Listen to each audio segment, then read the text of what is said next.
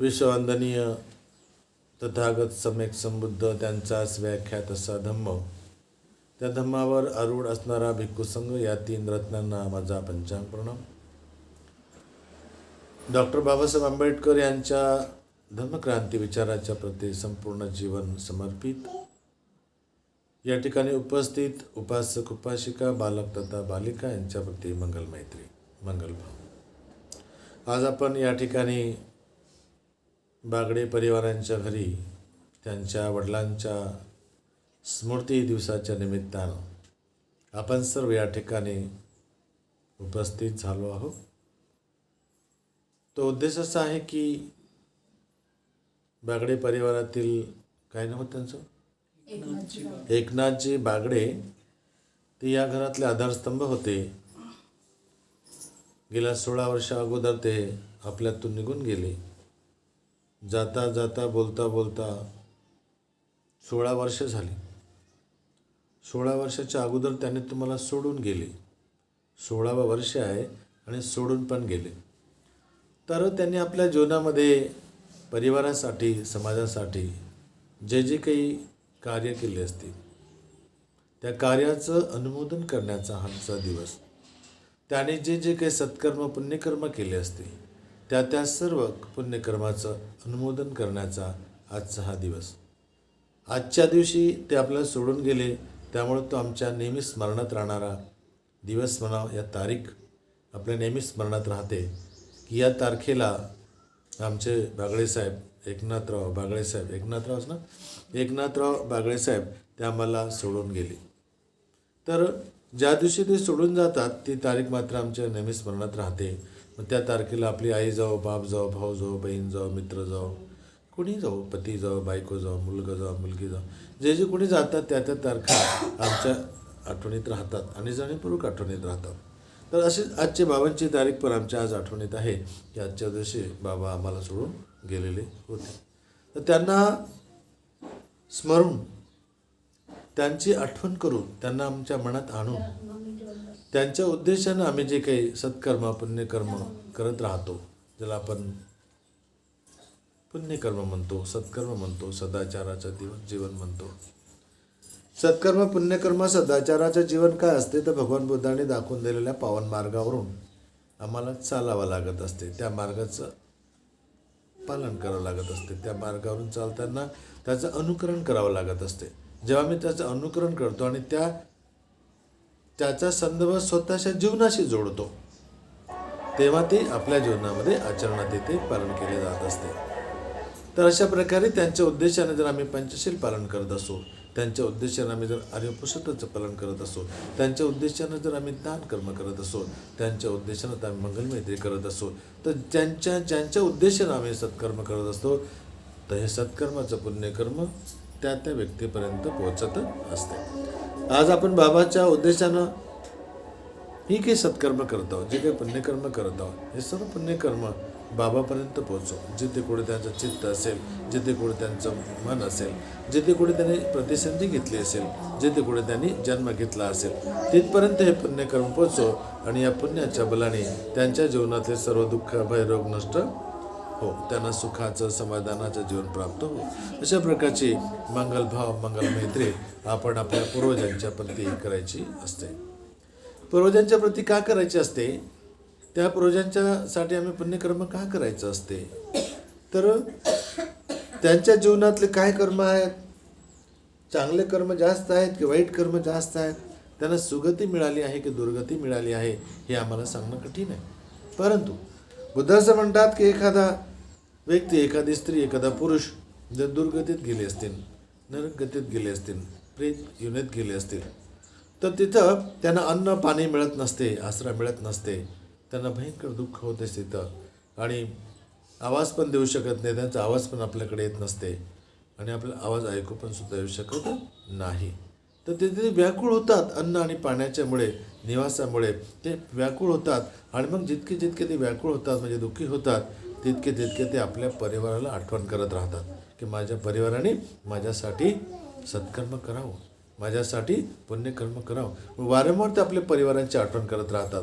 वारंवार मग त्या परिवारामध्ये एखादा माणूस मृत्यूला प्राप्त झाला तर आपल्या पत्नीची आठवण करत राहील, आपल्या मुलाची आठवण करत राहील, आपल्या मुलीची आठवण करत राहील, सगळ्यांची आठवण करत राहील. ते अशासाठी हे बाबा हो, हे लोक हो, हे माझ्या मुलांनो, माझ्यासाठी थोडं तरी पुण्यकर्म करा, माझ्यासाठी थोडं तरी पुण्यकर्म करा. अशा प्रकारे तो आपल्या मनातलं म्हणत असतो आणि तिथून दुःखी होत असतो. कारण काय असते, मनुष्याचं जीवन तर मिळालेलं असते, परंतु त्या मनुष्य जीवनामध्ये त्याला माणसासारखं जीवन जगता आलेलं नसते. आणि माणसासारखं जीवन जगता न आल्यामुळे त्याच्या जीवनामध्ये अमानवी जीवन, दुःख देणारं जीवन, दुःख पोचवणारं जीवन जगत असतो. आणि मग त्याच्यातच आपण मृत्यूला प्राप्त होत असतो. आणि मग मृत्यूला प्राप्त होत असतो तर सोबत मात्र पुण्यकर्माची शिदोरी नसल्यामुळे त्याला दुर्गतीला जावं लागत असते. मग दुर्गतीला जात असताना त्याला भयंकर दुःख असतं. अरे मला तर मानवाचं जीवन मिळणार होतं, मिळालेलं होतं, पण मला आता कोणतं जीवन मिळत आहे? मला प्राण्याचं जीवन मिळत आहे, मला पक्ष्याचं जीवन मिळत आहे, मला कसं जीवन मिळत आहे? या पृथ्वीवर जे जे सत्व आहेत, जे जे जीव आहेत, त्या जीवामध्ये कुठेही त्याला जन्म मिळत असतो.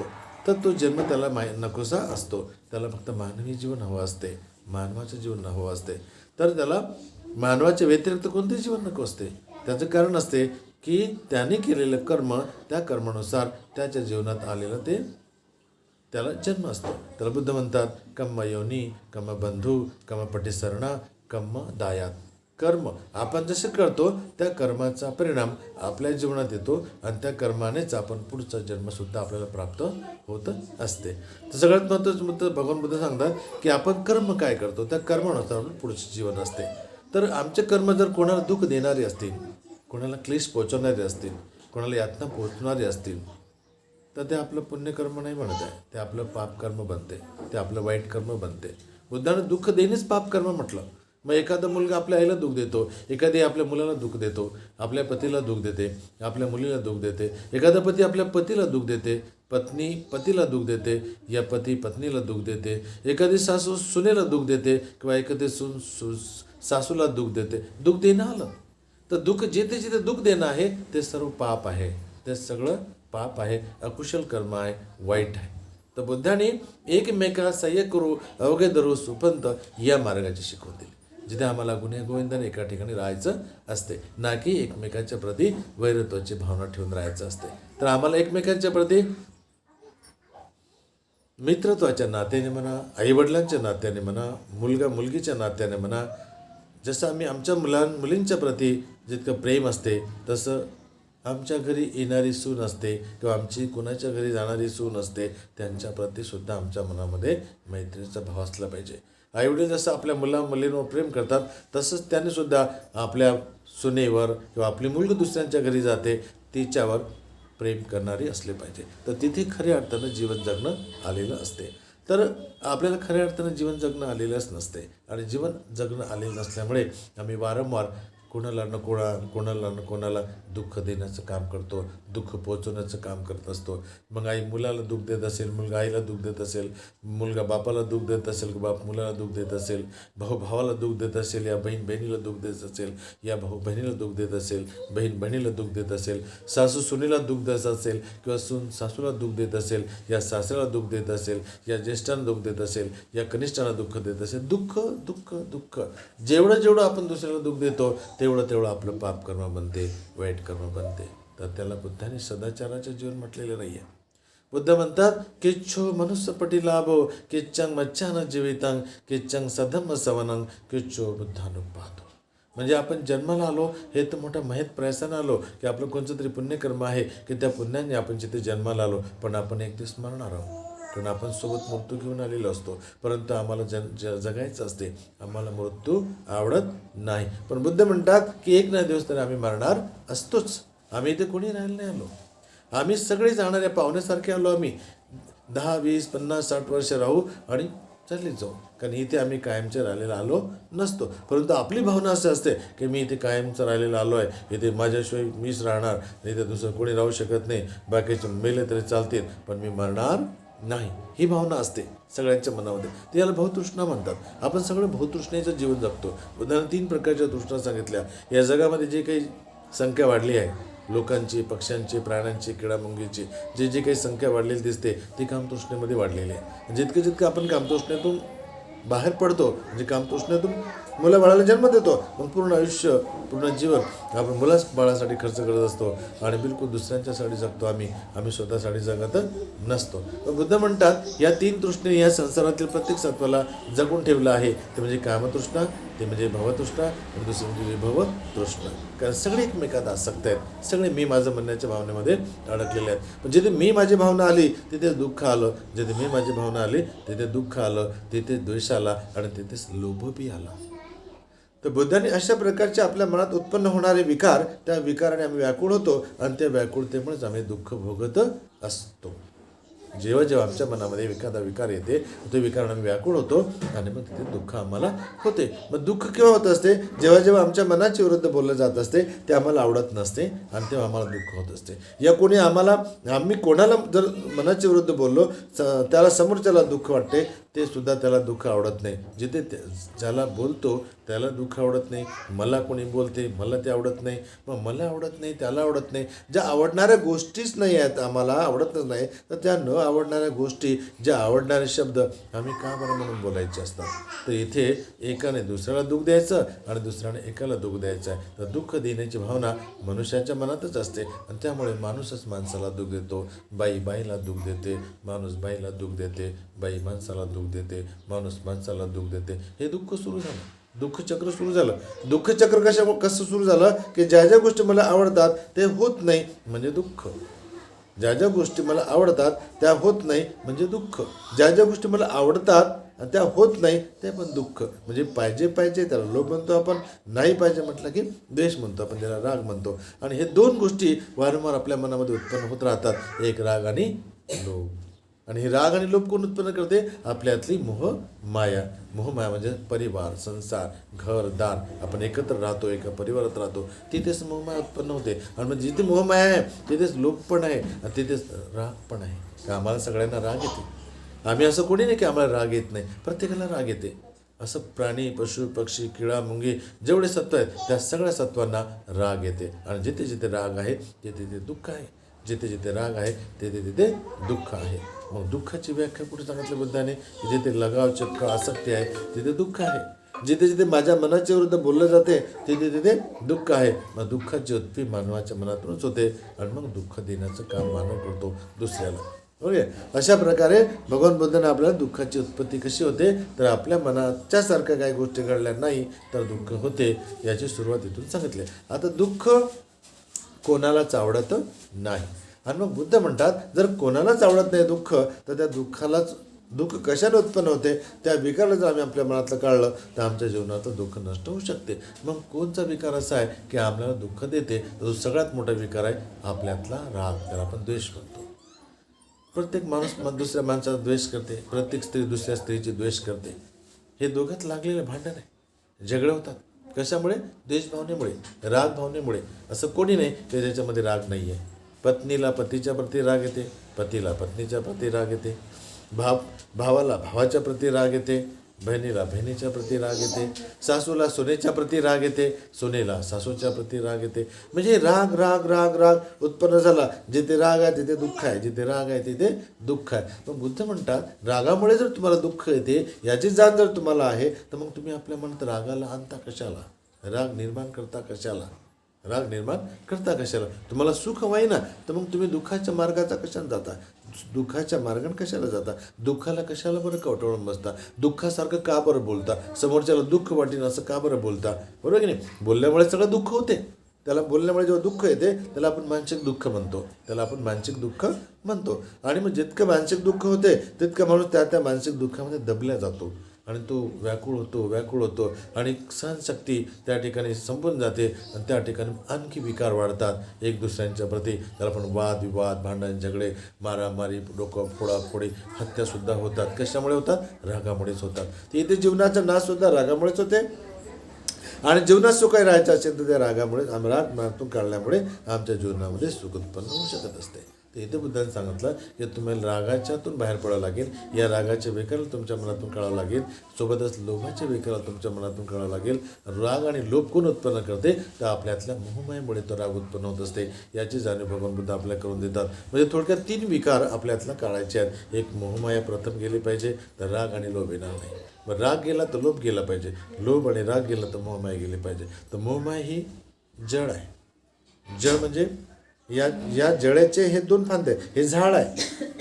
मोहमाया हे झाड आहे आणि त्या झाडाला 2 फांद्या आहेत. 2 फांद्या, एक लोभ आणि एक राग. हे लोभ आणि राग या 2 गोष्टी जेव्हा आपल्या मनात उत्पन्न होतात, तेव्हा मानवी जीवन सगळं दुःखी होत असते. आपण सगळे रागाचे, लोभाचं जीवन जगतो, मोहमायाचं जीवन जगतो, म्हणून आपल्या जीवनामध्ये दुःख उत्पन्न होत असते. तर दुःखाची उत्पत्ती आपल्या मनातच उत्पन्न होत असते आणि त्या दुःखाची उत्पत्तीचं कारण असते आपल्याला न आवडणारे विचार. जेव्हा आपल्या न आवडणारे विचार बोलले जातात, तेव्हा आम्हाला दुःख होत असते.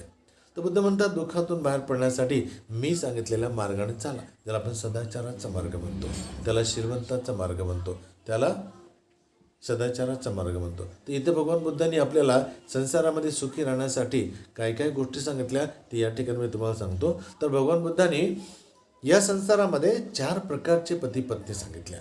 किती प्रकारच्या? 4 प्रकारच्या. एक पती पत्नी असते, प्रेत देव माणसाबरोबर सहवास करते. दुसरा, देवी प्रेताच्या बरोबर सहवास करते. तिसरा, प्रेताच्या बरोबर सहवास करते. आणि चौथा, देवी देवाच्या बरोबर सहवास करते. अशा प्रकारचे हे 4 पती पत्नीचे गुणधर्म भगवान बुद्धांनी आपल्याला सांगितले. ते आपण समजून घेऊया. देव कोणाला म्हटलं आणि प्रेत कोणाला म्हटलं? प्रेत तर समजते सगळ्यांना की ज्याच्यामध्ये जीव नाही आहे, बिलकुल तो मुडदा पडलेला आहे, असे मुडद्यासारखं शरीर, त्याला आपण प्रेत म्हणतो. पण ज्याच्यामध्ये जीव आहे या मन आहे, तो हलनचलन करतो, त्याला आपण काय म्हणू शकतो? मानव. पण त्या मानवामध्ये पण देवत्वासारखे गुण असतात, देवीसारखे गुण असतात. त्या गुणाची जाणीव तुम्हाला मी या ठिकाणी करून देतो. आता तुम्ही सगळ्यांनी खूप मन लावून ऐका. कोणाचे मोबाईल इथे वाजवू देऊ नका. अगदी क्लिअर ऐका, बरोबर ऐका आणि मन लावून ऐका. मोबाईल आपल्याकडून घ्या, सायलेंट करून ठेवा. कोणाचा फोन आला तर तिथेच थांबून ठेवा त्याला. कोणाचा रिंग वाजला जास्त तर डिस्टर्ब होते. तर इथे माझं लिंक पण तुटून जाते बोलता बोलता. तर इथे भगवान बुद्धांनी आपल्याला 4 प्रकारचे पती पत्नी सांगितल्या. 4 प्रकारच्या पती पत्नी. तर पहिल्या प्रकारचे पती पत्नी असं असतात की देव प्रेताच्या बरोबर सहवास करते. देव हे पुरुषाला म्हटलं आणि प्रेत मग स्त्रीला म्हटलं. पती पत्नीच्या पैकी हा देव म्हणजे देव माणूस आहे, चांगला माणूस आहे, सदाचारी आहे, शीलवान आहे, दाणी आहे, गुणी आहे, बलवान आहे, मैत्रीवान आहे, बुद्ध धम्म संघाच्या प्रती श्रद्धावान आहे. बुद्ध धम्म संघाच्या प्रति श्रद्धावान असून वारंवार आपल्या घरी भिक्खूंना बोलवणं आहे, वारंवार भिक्खूंना भोजनदान देणं आहे, यथाशक्ती दान धर्म करणं आहे आणि त्यांच्याकडून उपदेश ऐकणं आहे. अशा प्रकारचं सत्कर्म करणारा जो पुरुष असतो, म्हणजे तो शीलवान असतो. तो हत्या करत नाही, तो चोरी करत नाही, तो व्यभिचार करत नाही, तो खोटा बोलत नाही, तो चुगली करत नाही, निंदा करत नाही, कठोर बोलत नाही, अव्यर्थ बोलत नाही आणि दारू पित नाही. त्याच्यामध्ये हे गुण आहेत.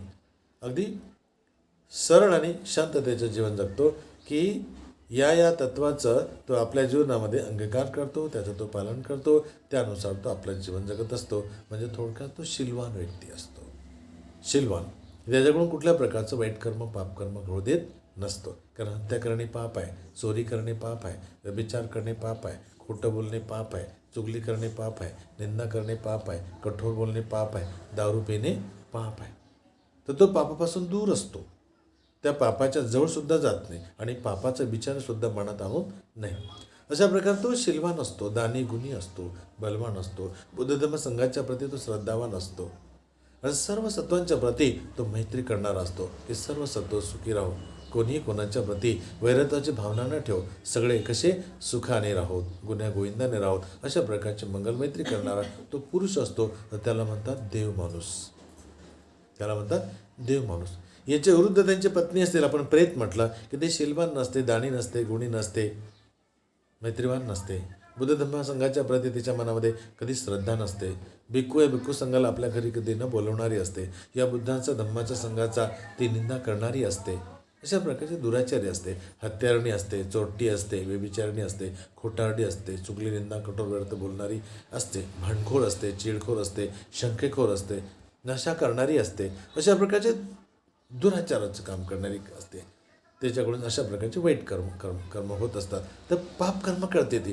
हत्या करणे पाप आहे, चोरी करणे पाप आहे, व्यभिचार करणे पाप आहे, खोटं बोलणे पाप आहे, चुगली करणे पाप आहे, निंदा करणे पाप आहे, कठोर बोलणे पाप आहे आणि नशापत्ता करणे पाप आहे. अशा प्रकारचे पापमय विचाराची ती स्त्री असते आणि तशा प्रकारची ती कर्म करणारी असते. बुद्ध धर्म संघाच्या प्रती तिच्या मनामध्ये कुठल्याच प्रकारची श्रद्धा नसते, विश्वास नसते, बुद्धाच्या विचारावर तिची श्रद्धा नसते. तर अशा प्रकारची ती अकुशल कर्म करणारी असते आणि अकुशल कर्म करणाऱ्या स्त्रीला प्रेत म्हटलं आहे. हा एक सदाचारी मनुष्य अशा प्रेताच्या बरोबर राहते. त्याला सहवास शब्द आला की एक देव प्रेताच्या बरोबर सहवास करते. असं पहिल्या प्रकारची पतिपत्नी. दुसऱ्या प्रकारचे पतिपत्नी असे असतात, इथे स्त्री देवी आहे आणि पुरुष मात्र प्रेत आहे. इथे स्त्री शीलवान आहे, दानी आहे, गुणी आहे, बलवान आहे, मैत्रीवान आहे, सर्व सतांच्या प्रती मैत्री करणारी आहे, शीलवान आहे, कधी हत्या करत नाही, सत्याचे विचार आणत नाही, कधी चोरी करत नाही, चोरीचे विचार आणत नाही, व्यभिचार करत नाही, व्यभिचाराचे विचारही मनात आणत नाही, खोटं बोलत नाही, खोटं बोलण्याचे विचार मनात आणत नाही, चुगली निंदा कठोर व्यर्थ बोलत नाही, त्याचा विचारसुद्धा करत नाही, कधी नशापत्ता करत नाही, विचारही आणत नाही. अशा प्रकारची ती शीलवान असते, आर्यपुरुषाचं पालन करणारी असते, श्रद्धावान असते, दानी गुणी असते. बुद्ध धर्मसंघाच्या प्रती अपार श्रद्धा असते, अपार श्रद्धा असते, न ढळणारी श्रद्धा असते. अशा प्रकारची श्रद्धावान असते. वेळोवेळी भिक्खू या भिक्खू संघाला आपल्या घरी बोलवणारी असते. आपला कमाईतला हिस्सा भोजनाच्या रूपाने ते दान करणारी असते, यथाशक्ती दान करणारी असते. अशा प्रकारचे सत्कर्म पुण्यकर्म करणाऱ्या स्त्रीला भगवान बुद्धाने म्हटलं देवी. पण याच्या उलट पती असते, त्याला आपण प्रेत म्हटलं. या सगळ्या तत्वाच्या विरुद्ध जो कर्म करतो तो पती असतो. म्हणजे तो शील पालन करणं असतो, सदाचारी असतो, दुराचारी असतो, व्यभिचारी असतो, खोटारडा असतो, चुगली निंद कठोर बोलणारा असतो, नशा करणारा असतो, हत्यारणा असतो. अशा प्रकारचे वाईट विचाराचं जीवन जगणारा असतो. आणि वाईट विचाराचं जीवन जगणाऱ्याच्या मनात बुद्ध धर्मसंघाच्या प्रती कधी श्रद्धा नसते आणि त्या पद्धतीने त्या बुद्धाच्या विचाराच्या विरुद्ध तो कर्म या कार्य करणारा असते. मग त्याला आपण दुराचार म्हणतो. त्याला काय म्हणतो आपण? दुराचार. दुराचाराच्या विचाराचं तो सेवन करणारा असतो. बुद्ध धर्मसंघाच्या प्रती त्याच्या मनात कुठल्या प्रकारची श्रद्धा नसते. असा तो अश्रद्धावान असतो आणि त्याची पत्नी मात्र श्रद्धावान असते. आणि इथे मग जेव्हा पत्नी श्रद्धावान असते, ती धर्मानुसार चालते, भगवान बुद्धांनी सांगितलेल्या शील धर्मानुसार चालते, सदाचाराचं जीवन जगते, अशा स्त्रीला म्हटलं देवी. आणि त्याच्या विरुद्ध कर्म करणारा असतं पती, त्याला म्हटलं प्रेत. इथे थोडक्यात शील पालनाचा विषय आलेला आहे सगळ्या दोघांच्या बाबतीत. अशा प्रकारचे दोन.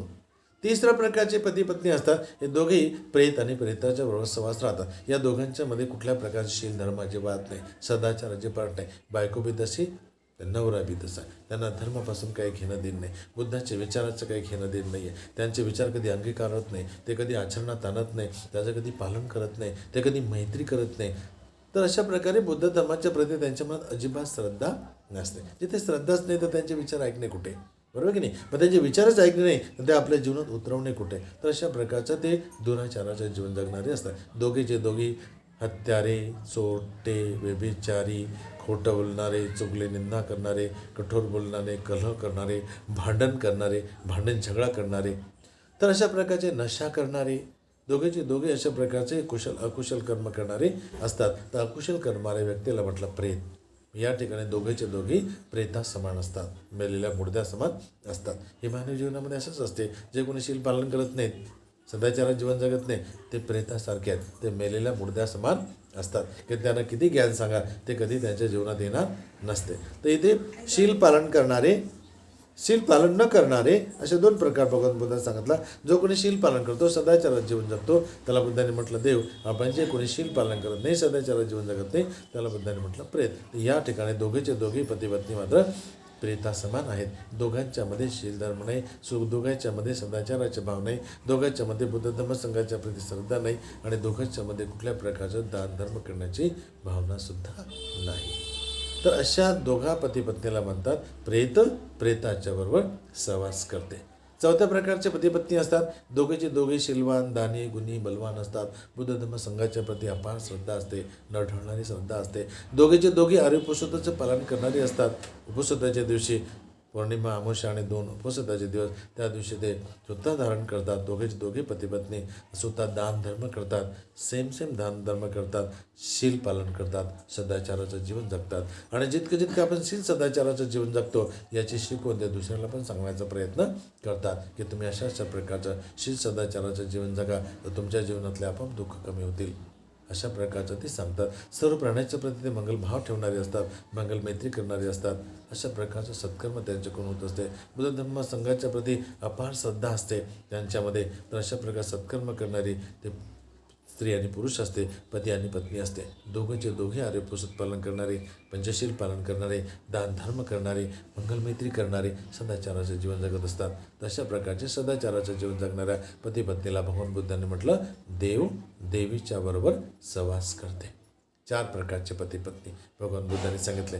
पहिल्या प्रकारचे पती पत्नी देव प्रेताच्या बरोबर, म्हणजे देव त्या ठिकाणी सदाचारी पुरुष आला आणि प्रेत मात्र स्त्री आली तर ती दुराचारी बनली. दुसऱ्या प्रकारच्या पती पत्नीमध्ये आपण सांगितलं की स्त्री ही देवी आहे तर पुरुष हा प्रेत आहे. ही स्त्री सदाचाराचं जीवन जगते परंतु पुरुष आपला दुराचाराचं जीवन जगते, म्हणून त्याला देवी प्रेताच्या बरोबर सहवास करते. तिसऱ्या प्रकारची पती पत्नी सांगितलं प्रेताच्या बरोबर सहवास करते. दोघेही भगवान बुद्धाच्या धर्मापासून लांब आहेत, त्यांच्या विचारापासून कोसो लांब आहेत. ते कुठे त्यांच्या जीवनामध्ये बुद्धाचे विचार आलेले नसतात. तर त्या ठिकाणी ते दोघे प्रेताच्या बरोबर सहवास करते. आणि चौथं मात्र देवीच्या बरोबर सहवास करते. दोघेही सदाचारी असतात, शीलवान असतात, दानी असतात, गुणी असतात, बलवान असतात, अपार मैत्रीवान असतात. अशा प्रकारचे सत्कर्म करणारे असतात. अशा प्रकारची भावना आपल्या मनात आणणारे असतात. याला म्हटलं देव देवीच्या बरोबर सहवास करते. देव देवीच्या बरोबर सहवास करते. आता 4 प्रकारचे पती पत्नी या ठिकाणी भगवान बुद्धांनी अशा प्रकारचे सांगितले. आता या 4मध्ये तुम्ही कुठे बसता? 1 नंबरमध्ये बसता की 2 नंबरमध्ये बसता की 3 नंबरमध्ये बसता की 4 नंबरमध्ये बसता? तुम्ही 4 नंबरच्या पती पत्नीमध्ये बसता की 3 नंबरच्या पती पत्नीमध्ये बसता की 2 नंबरच्या पती पत्नीमध्ये बसता की 1 नंबरच्या पती पत्नीमध्ये बसता? कुठे बसता? कुठे याल तुम्ही? 1 नंबर, 2 नंबर की 3 नंबर की 4 नंबर? कुठे येणार? काय उत्तर येईल तुमचं? 1 नंबर, 2 नंबर, 3 नंबर? 3 नंबरमध्ये येत असाल तुम्ही. कारण इथे काही ना पुरुष धर्म आचरणात आणत असतो ना स्त्रिया आचरणात आणत असतात. येथे ना पुरुषाच्या जीवनात धर्म आलेला आहे ना इथे स्त्रियांच्या जीवनात धर्म आलेला आहे. ना इथे पुरुष आणि बुद्धाला बरोबर समजलेला आहे ना स्त्रीने बरोबर बुद्धाला समजलेलं आहे ना त्यांच्या मार्गावर चाललेले नसतात. तर अशा प्रकारे आपण सर्व लोक या 3 नंबरमध्ये बसतो. क्वचित अशी लोक आहेत की जे ध्यान मार्गावर आरूढ आहेत. दोघी पती आणि पत्नी जर ध्यान मार्ग आरूढ असतील तर त्यांची अपार श्रद्धा बुद्ध धर्मसंघावर असू शकते, अन्यथा नाही. आपण सगळे 3 नंबरच्या याच्यामध्ये बसतो. तुम्ही मनातल्या मनात किती म्हणलं होतं की आम्ही 1 नंबरमध्ये बसतो, कोणी मध्ये आम्ही 2 नंबरमध्ये बसतो, कोणी मध्ये 4 नंबरमध्ये बसतो. अजिबात बसत नाही. कारण तिथे बुद्ध उजागर झालेली नाही, बुद्धाचे विचार उजागर झालेले नाही, बुद्धाचे विचार तुमच्या जीवनात आलेले नाही, त्याचं तुम्ही पालन केलेलं नाही, त्याचा तुम्ही अनुभव घेतलेला नाही, त्याचा अनुभव आपल्या कायावर घेतलेला नसल्यामुळे तर बुद्धाचा धर्म आपल्या कायावर तो अनुभवता आला पाहिजे. शील पालनाच्या जे अर्थ आहेत ते अर्थ आमच्या जीवनाशी जोडले पाहिजे. आमच्या जीवनाशी जुडतात तर आपोआप आमच्या मनामध्ये एक भाव उत्पन्न होतो, श्रद्धाभाव उत्पन्न होतो, आदरभाव उत्पन्न होतो. कोणाच्या प्रती? भगवान बुद्धांच्या प्रती. इथे भगवान बुद्धाच्या प्रती जर आदरभाव नसेल, श्रद्धाभाव नसेल तर त्यांची विचारधारा तुमच्या जीवनात कशी काय येईल? त्यांच्या मार्गावर तुम्ही कसे काय चालणार? बरोबर आहे. आपल्या मनात कधी ते कुतून पातून कधीतरी श्रद्धा उत्पन्न होते. आम्हाला कोणीतरी परित्राणाला बोलवलं की चला बाप्पा, कारण विहारामध्ये काही कार्यक्रम आहे बाप्पा, चला बाप्पा, तेवढ्यापुरतं आम्ही कपडे बदली करून जातो. पण मन मात्र श्रद्धानं भरलेलं आहे का? श्रद्धेनं भरलेलं आहे का? विश्वासानं भरलेलं आहे का? त्यांच्या विचारावर चालणार आहे का? नाही. बरोबर आहे की नाही? तर आपल्यामध्ये हा धर्म उतरणे फार गरजेचं आहे. हे विचारधारा उतरणे फार गरजेचं आहे. आणि हे विचार जर आमच्या जीवनामध्ये उतरले तर आपण शील धर्म म्हणतो, सदाचाराचं जीवन म्हणतो, ते जर आमच्यामध्ये आलं तर आम्हाला खऱ्या अर्थानं जीवन जगणं आलं. कारण बुद्ध आपल्याला जीवन जगण्याची कला शिकवतात, जीवन जगण्याचे नियम देतात. जीवन जगण्याचे नियम आहेत पंचशील. त्या पंचशीलाचा अर्थ आमच्या जीवनाशी जोडायचा आहे. ते जर आमच्यामध्ये आलं तर आमच्यामध्ये अपार मैत्री येऊ शकते, आमच्यातले विकार नष्ट होऊ शकतात, आमच्यातला राग नष्ट होऊ शकते, आमच्यातला क्रोध नष्ट होऊ शकते, आमच्यातला अहंकार नष्ट होऊ शकते, आमच्यातले जलनभाव नष्ट होऊ शकते, आमच्यातला तिरस्कार नष्ट होऊ शकते. कारण या संसारामध्ये आपण जितके जीवजंतू मानव लोक जन्माला आले, या सगळ्यांमध्ये तिरस्कार आहे, जलन आहे, राग आहे, लोभ आहे, मोहमाया आहे. हे सर्व आम्हाला दुःख देणारे आहे.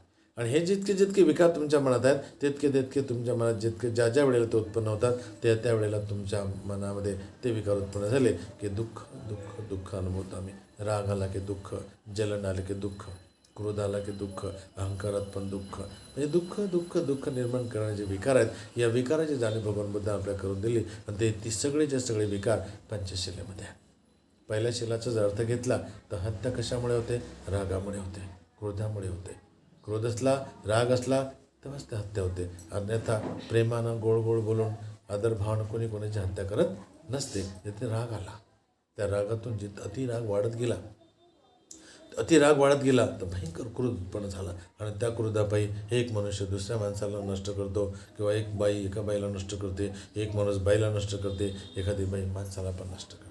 कशामुळे? क्रोधाच्यामुळे, म्हणजेच रागाच्या मुळे. मग बुद्ध म्हणतात, जर मी पहिलं शील पालन केलं तर माझा क्रोध नष्ट होऊ शकते, माझ्यातला राग नष्ट होऊ शकते, माझ्यातला द्वेष नष्ट होऊ शकते. आणि मग तो नष्ट केल्याच्या नंतर आमच्या मनामध्ये त्याच्या विरुद्ध शब्द आहे, त्याला म्हणतो आपण मैत्री, मंगल मैत्री. त्या सत्वाच्या प्रती, त्या व्यक्तीच्या प्रती, त्या स्त्रीच्या प्रती, त्या पुरुषांच्या प्रती आमच्या मनामध्ये मंगल मैत्री आणा. म्हणजे ते मंगल मैत्रीचा भाव आहे, ते कधीच वाद विवाद तू मामे भांडण झगडे होणार नाहीत. आणि मग हा अर्थ आपल्या जीवनाशी जोडा. म्हणून पहिल्या शिलाचं पालन, पाहनाती पाहता वेरमणे सिक्खापदं समाधी. मी कुठल्याही प्राण्यांची हत्या करणार नाही. प्राणी मनुष्य प्राणी आहेत, पक्षी प्राणी आहेत, मानव प्राणी आहेत, हे प्राणीच आहेत, जीव. त्या जीवांच्या जेव्हा आम्ही हत्या करण्याची भावना येते तर मनातच येते ना. त्या प्राण्याच्या प्रती मंगल भाव येते तो मनातच येते ना. मग या मनाकडे सद्भाव आणायचा आहे, सद्विचार आणायचा आहे. मग तो सद्विचार आपल्याला भगवान बुद्धांनी दिला. सगळ्यांच्या प्रती मैत्री ठेवा, मैत्रीनं वागा, मैत्रीनं बोला. जिथे जिथे मैत्री आहे तिथे आनंद आहे, पण जिथे जिथे मैत्रीचा अभाव आहे त्या ठिकाणी वाद विवाद तू मामे भांडण झगडे. चार भिंतीच्या आतमध्ये भांडण झगडे आहेत, तर चार भिंतीच्या बाहेरही भांडण झगडे आहेतच. हे सगळं आपल्यामध्येच बुद्धांनी याची जाणीव करून दिली. पहिल्या शिलामध्ये आपल्याला सांगतात की तुमच्या मनातला क्रोध नष्ट करा, म्हणजे तुमच्याकडून हत्या होणार नाही. तर ज्यांच्या प्रती तुमच्या मनात हत्येचा विचार येत आहे त्यांच्या प्रती तुम्ही मंगल मैत्री करा, मंगल भाव करा त्याच्या प्रती, तर मग तिथे हत्या होणार नाही. इथे दोन विकाराची जाणीव करून दिले भगवान बुद्धांनी आपल्याला. एका बाजूनं राग क्रोध ज्याच्यामुळे आमची हत्या होऊ शकते, दुसऱ्या बाजूनं मैत्री करुणा उत्पन्न होते. तिथे आमच्या मनामध्ये मैत्री आणि करुणा उत्पन्न झाली तर आमच्या मनात दयाभाव उत्पन्न होऊ शकते, आणि त्या दयाभाव उत्पन्न झाल्यामुळे तिथे हत्या होऊ शकत नाही. इथे या विकाराची जाणीव भगवान बुद्धांनी आपल्याला करून दिली. दुसऱ्या शिलामध्ये काय ते? दुसऱ्या शिलामध्ये लोभ उत्पन्न होते. लोभापायी लोक चोरी करतात, इकडून चोरून आणतात, तिकडून चोरून आणतात. तुम्ही जर शेतातही जात असाल तर शेतातूनच समजा तुम्ही चोरून आणता. याच्या शेतातल्या शेंगा खो, त्याच्या शेतातलं हे घे, त्याच्या शेतातलं ते घे, म्हणजे आपल्याकडून चोरी होते. तर चोरीचं कर्म जे होते आपल्याकडून ते आपल्यात लोभ असल्यामुळे चोरी केली जाते, अन्यथा आपण चोरी करू शकत नाही. मग इथे बुद्धांनी लोभाची जाणीव करून दिली. पहिल्या शिलात भगवान बुद्धांनी आपल्याला कशाची जाणीव करून दिली? राग आणि क्रोधाची जाणीव करून दिली. त्याच्या विरुद्ध काय सांगितलं आपल्याला भगवान बुद्धांनी? मैत्री आणि करुणाभाव, हे दोन गोष्टी सांगितल्या. मैत्री करुणाभाव चांगला स्वभाव आहे, पण जिथे राग आणि क्रोध आहे तिथे वाईट स्वभाव आहे पहिल्या शिलामध्ये. दुसऱ्या शिलामध्ये काय सांगितलं? लोभ. लोभापायी आमच्यामध्ये काही काही गोष्टी उत्पन्न होतात. लोभापायी आम्ही चोरी करतो, लोभापायी चोरी करतो. आणि मग जीवनात लोभ उत्पन्न करत राहिलो, लोभ उत्पन्न करत राहिलो तर आमच्याकडून वारंवार चोरीसारख्या गोष्टी उत्पन्न होत राहतात लोभापायी ना. आता लोभापायी चोरी केली जाते, तर लोभापायी धन दौलत पण जमा केली जाते. लोभापायी जसं तुम्ही अनेक पुरुषाला अनेक कपडे बुटा असतात, मला असंच पाहिजे, अनेक स्त्रियांना अशीच साडी पाहिजे, अशीच चपला पाहिजे, तो पण एक लोभच आहे, बरोबर की नाही? तर जिथे आम्हाला लोभ उत्पन्न होते, मुलाबाळांना उत्पन्न करणे लोभच आहे. मुलाबाळांना उत्पन्न करणे बी लोभच आहे. मला बाळ पाहिजे, मला बाळ पाहिजे, पाहिजे म्हणजे लोभ, पाहिजे म्हणजे लोभ. आणि ते बाळ उत्पन्न झालं, ते लहानचं मोठं झालं की ते जर आमच्या मनासारखं वागलं नाही की मग राग, मग द्वेष, दुःख, बरं की नाही? ते आपला हे गोष्टी बुद्धाने सांगितलं. लोभ आणि हे राग विरुद्ध शब्द आहेत ना. रागाच्या विरुद्ध लोभ, लोभाच्या विरुद्ध राग. तर आपले चित्त वारंवार लोभ राग या गोष्टीत राहत असते, आणि यातच त्याला आवडते राहायला. तर दुसऱ्या शिलामध्ये बुद्ध म्हणतात आपल्याला की तुमच्या मनात लोभ नसेल तर तुमच्याकडून कधी चोरी होणार नाही. चोरी होणार नाही. मग इथे बुद्धाने आपलं दुसरं शील दिलं आहे. तर चोरी करण्याचा भाव जर आमच्या मनात येते तर लोभ उत्पन्न होते, तेव्हा चोरी केली जाते. आमच्या मनात जर लोभ नसेल तर चोरी होणार नाही. बरोबर की नाही. मग या लोभाच्या विरुद्ध काय शब्द आहे? होशमध्ये राहा, त्याग करा, दान करा. जे जे आहे आपल्याकडे ते ते दान करा. ज्याचा तुम्हाला जास्त अहंकार आहे त्याला दान करा. ज्याचा अहंकार आहे तेच दान करा, म्हणजे अहंकार कमी होईल. दानाने आपला अहंकार कमी होतो असं बुद्धाने सांगितलं. कारण जितकं आपल्याकडे आहे तितकं अहंकार वाढेल. आणि जे आहे ते जर आम्ही देत गेलो, त्याग करत गेलो तर तितकं आमचा अहंकार कमी होईल. मी इथे या दुसऱ्या शिलामध्ये भगवान बुद्धाने आपण सांगितलं त्याग करा. लोभाच्या विरुद्ध काय शब्द आला? त्याग करा, त्याग. म्हणजे दुसऱ्या शिलामध्ये बुद्धाने आपल्याला या 2 गोष्टी जाणीव करून दिले. त्या गोष्टी आमच्या जर आल्या की अरे बाबा मला लोभ करायचं नाही आहे, लोभ मला जास्त दुःख देऊ शकते तर मी त्यागतो. लोभामुळे मला अहंकार उत्पन्न होऊ शकते तर मी त्यागतो. त्यागलं पाहिजे, त्यागायला शिकलं पाहिजे. त्याग करणे म्हणजे दान करणे, त्यागणे म्हणजे दान करणे. ज्याचा अहंकार जास्त आहे त्यालाच त्यागा, तर आपल्यातला अहंकार हळूहळू कमी होईल. पण जितका अहंकार तितकं दुःख बी आहे, जितकं अहंकार तितकं दुःख बी आहे. मी काय गिनती करतो कोणाला, मी काय समजतो कोणाला, अशा प्रकारचा भाव आपल्या मनात उत्पन्न होते. कशा पायी? अहंकाराच्या पायी. जितका अहंकार तितकं दुःख, जितका अहंकार तितकं दुःख. पण ज्याचा अहंकार आहे त्यालाच आम्ही जर त्यागलं, त्यालाच आम्ही दान केलं तर आमच्यातला हळूहळू अहंकार काय होईल? कमी होईल. तर बुद्धाने आपल्या दुसऱ्या शिलातून या गोष्टी जाणीव करून दिली की आम्ही लोभाचं जीवन जगायचं नाही, तर त्यागाचं जीवन जगायचं. त्यागाला द्या म्हणजे दान कर्म करत राहा. ज्याचा अहंकार आहे ते त्याग करा. दुसऱ्या शिलातून भगवान बुद्धाने आपल्या याची जाणीव करून दिली. तिसऱ्या शिलातून भगवान बुद्धानं काम असण्याच्या विकाराची जाणीव करून दिली की प्रत्येक पुरुषाच्या मध्ये स्त्रीच्या प्रती काम असणं उत्पन्न होते. प्रत्येक स्त्रीच्या मनामध्ये पुरुषांच्या प्रती काम असणं उत्पन्न होऊ शकते. आणि या काम असण्यापायी तुमचा आमचा जन्म झालेला असतो. बरोबर आहे की नाही. पण त्या काम असणं शांत करण्यासाठी लोकनियम लावला तर आपण लग्न म्हणतो, पती पत्नी होतात.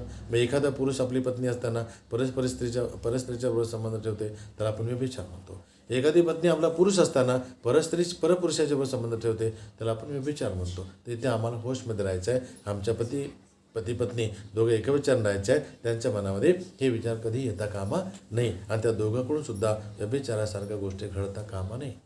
कारण त्या घडल्या तर वाईट कर्म बनते, पापकर्म बनते. त्याच्यातून भयंकर हानीसुद्धा होऊ शकत असते. तर अशा विकारापासून तुम्ही दूर राहा, तर तुम्ही होश राहा. एक दुसऱ्यांच्या प्रती निष्ठेने राहा, एक दुसऱ्यांच्या प्रती विश्वासाने राहा, तर त्या ठिकाणी खऱ्या अर्थानं जीवन जगणं आलं. मग ही शिकवून बुद्धांनी म्हटलं की तुम्ही आपल्या मनाशी जोडा की मी या शिलाचं पालन करत आहे का? मग करत आहे तर करत आहे. चौथ्या शिलातून बुद्धांनी म्हटलं वाणीचं कर्म आपल्याला सांगितलं की मी माझ्या वाणीच्याद्वारे मी खोटं बोलणार नाही, चुगली करणार नाही, निंदा करणार नाही, कठोर बोलणार नाही, व्यर्थ बोलणार नाही. अशा प्रकारचे वाणीचे कर्माची जाणीव करून दिली. मग इथे खोटं मनुष्य रागापायी पण खोटं बोलू शकते आणि इथे मनुष्य खोटं लोभापायी पण होऊ शकते. आणि या दोन्ही विकार या ठिकाणी उत्पन्न होतात, एक रागाचा आणि एक लोभाचा. लोभापायी पण मनुष्य खोटं बोलते आणि रागाच्या पायी पण मनुष्य खोटं बोलते. स्त्री म्हणा पुरुष म्हणा खोटे बोलतात. तर हे सर्रासपणे आपल्या गुन्ह्या खोटं बोलणं होतं असते. तर बुद्ध म्हणतात की तुम्ही कधीच खोटं बोलू नका. बोला तर सत्यच बोला आणि खरं बोला. पण आपण खरं कमी बोलतो आणि खोटं मात्र जास्त बोलतो. खोटं जास्त बोलतो आम्ही. तर इथे बुद्ध म्हणतात जितकं तुम्ही जास्त खोटं बोलता तितकं तुमचं कर्म बनते वाईट. मी याची जाणीव भगवान बुद्ध आपल्याला करून देतात. मग जितके तुम्ही खोटं बोलत राहाल, जितके तुम्ही चुकले निंदा करत राहाल, जितके तुम्ही कठोर बोलत राहाल, ते तुमचं बनते वाईट कर्म, ते बनते तुमचं पाप कर्म. याची जाणीव भगवान बुद्ध आपल्याला करून देतात की तुम्ही आपल्या जीवनात पुण्यकर्म करायचे आहे की पाप कर्म करायचे. तर याची जाणीव भगवान बुद्ध आपल्याला इथून करून देतात. तर येथे मग आम्हाला खोटं बोलायचं नाही तर खरंच बोलायचं आहे. त्याला आपण सत्य म्हणतो आपण. तर सत्याची पारमिता गोष्ट होते आपली. मी ते आपल्याला चालता या शिलाकडून जर आम्ही अतंतोतंत पालन केलं वाणीचं कर्म तर आमच्या जीवनामध्ये एक पारमिता पुष्ट होते. त्याला म्हणतो आपण सत्य पारमिता. आणि हा चौथ्या शिलाच्या नंतर 5वं शिल येते. 5व्या शिलातून भगवान बुद्ध म्हणतात की तुम्ही नशा येणारे पदार्थ, नशा येणारे द्रव्य, ज्याला आपण दारू म्हणतो या चरस गांजा म्हणतो, अनेक लोक त्याचं सेवन करतात. तर त्याच्यातून नशा येते. तर नशेच्या पायी व्यक्ती काही पण करू शकतो. वरच्या 4ही शिलांचं तो उल्लंघन करू शकतो. तो खोटं तर बोलतो, चुगली निंदा करतो, विचारासारखे विचार पण त्याच्या मनात येतात, चोरीचे विचार बी त्याच्या मनात येतात आणि हत्येचे विचार बी त्याच्या मनामध्ये येतात.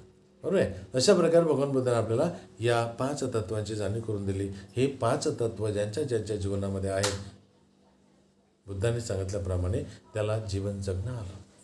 पण हे 5 तत्व जर जीवनात नसतील, ते आचरणात नसतील, ते स्मरणात नसतील, तर त्याला खऱ्या अर्थानं जीवन जगणं आलेलं नाही. बरोबर आहे की नाही. मग बुद्ध म्हणतात की मी तुम्हाला जीवन जगण्याची कला सांगतो, जीवन जगण्याची शिकवण देतो, जीवन जगण्याचे तत्व तुम्हाला सांगतो. ते तत्व जर तुम्ही आपल्या जीवनात आणले तर तुम्हाला खऱ्या अर्थानं जीवन जगणं आलं, मानवासारखं जीवन जगणं आलं. अन्यथा तुम्हाला मानवासारखं जीवन जगणं आलेलं नाही. याची जाणीव भगवान बुद्ध आपल्याला करून देतात. तर आता इथे तुम्हाला सांगितलं 4 प्रकारचे पती पत्नी सांगितलं, मानवाचा जन्म कसा होते, तो कसा सुखदायी आहे की दुःखदायी आहे याची जाणीव करून दिली तुम्हाला. आणि इथे सदाचाराची शिकवण तुम्हाला सांगितली. इथे शील धर्म आपल्या जीवनात का पाहिजे त्याची जाणीव तुम्हाला करून दिली. जितका शील धर्म आपल्या जीवनात असेल तितकं आपल्याला जगणं आलं. पण शील धर्म आमच्यात नसेल तर आम्हाला जगणं आलेलं नाही. त्याला कोणतं जगणं म्हणतात? सदाचाराचं जगणं. सदाचाराचं जगणं. तर सदाचार आणि दुराचार या 2 गोष्टी आपल्याकडे समजणारे आहेत. मग आम्ही सदाचाराच्या जीवनात जातो तर आम्हाला भविष्यामध्ये सद्गती येऊ शकते. जर आम्ही दुराचाराच्या रस्त्याने जातो तर आम्हाला दुर्गती येऊ शकते. सद्गती आणि दुर्गती या 2 गतीची जाणीवसुद्धा भगवान बुद्धाने आपल्याला करून दिलेली आहे. तर आता तुम्हाला ठरवायचं आहे की आम्हाला सद्गतीने जायचं आहे की दुर्गतीने जायचं आहे. आम्हाला सद्गतीने जायचं आहे की दुर्गतीने जायचं आहे. सद्गती तुमच्याच हातात आहे आणि दुर्गती बी तुमच्याच हातात आहे. सर्व तुमच्या हातात आहे. सर्व बुद्धाने म्हटलं मी फक्त तुम्हाला त्याचं माहिती देतो, त्याची शिकवण देतो, त्या तत्वाची तुम्हाला जाणीव करून देतो. ते तत्व जर तुमच्या जीवनात असतील तर तुम्ही ते आपल्या अंगीकारले तर तुम्हाला तसं जीवन जगता येऊ शकते, सदाचाराचं जीवन जगता येऊ शकते. पण हे तत्व सांगून जर तुम्ही आपल्या जीवनात आणत नसाल, त्याच्या प्रकारे तुमचं जीवन जगत नसाल, हे तत्व आचरणात आणत नसाल तर मग तुमच्याच हातात आहे तुमची दुर्गती. म्हणून बुद्ध म्हणतात सद्गतीही तुमच्याच हातात आहे, दुर्गतीही तुमच्याच हातात आहे, सुखही तुमच्याच हातात आहे आणि दुःखही तुमच्याच हातात आहे. बरोबर आहे. याची जाणीव भगवान बुद्ध आपल्याला करून देतात आणि या जाणीवेत जर आम्ही उतरलो तर आम्हाला खऱ्या अर्थाने जीवन जगणं आलेलं आहे. अशा प्रकारची भगवान बुद्धाची शिकवण सर्वांसाठी आहे, स्त्रियांसाठी आणि पुरुषांसाठी, सुखासाठी आहे ना की दुःखासाठी आहे. दुःख आपणच निर्माण करत असतो आणि सुख पण आपणच निर्माण करत असतो. तर इथे आम्हाला सुख आणि दुःखाची जाणीव झाल्याच्या नंतर आम्ही कोणाला स्वीकारायचं आहे, सुखाला की दुःखाला, याची जाणीव आपल्याला पंचशिलेच्या तत्वातून होत असते. तर आपल्या जीवनामध्ये आपण आपलं जीवन असेपर्यंत पंचशिलेच्या तत्वाचं पालन करा, त्यानुसार आपलं जीवन जगा, त्या अर्थानुसार आपलं जीवन जगा.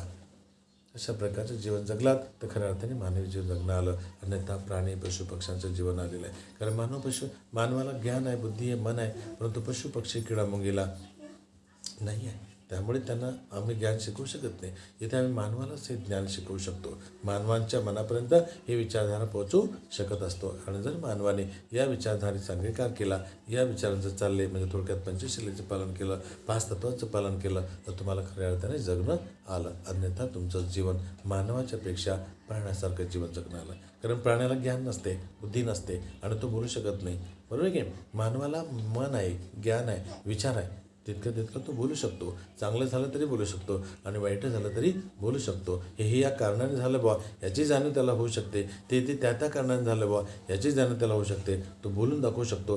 प्राणी मात्र असं बोलून दाखवू शकत नाही. बरोबर आहे. इतका फरक आहे मानव प्राण्यामध्ये. आता तुम्हाला मानवासारखं जीवन जगायचं आहे की प्राण्यासारखं जीवन जगायचं आहे हे बी तुमच्या हातातच आहे.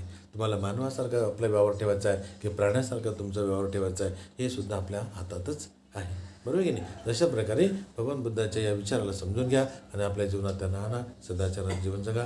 या ठिकाणी थांबतो. तुमच्या सर्वांच्या प्रति मंगलकामना व्यक्त करतो. सदुःखातून भयातून रोगातून मुक्त हो. सर्वांचं मंगल हो, सर्वांचं कल्याण हो, सर्वांची सुस्ती मुक्ती हो, सर्वांना दुःखमुक्तीच्या मार्गाची प्राप्ती हो, निर्वाणाची प्राप्ती हो, निर्वाणाची प्राप्ती हो, निर्वाणाची प्राप्ती हो. म्हणा साधू.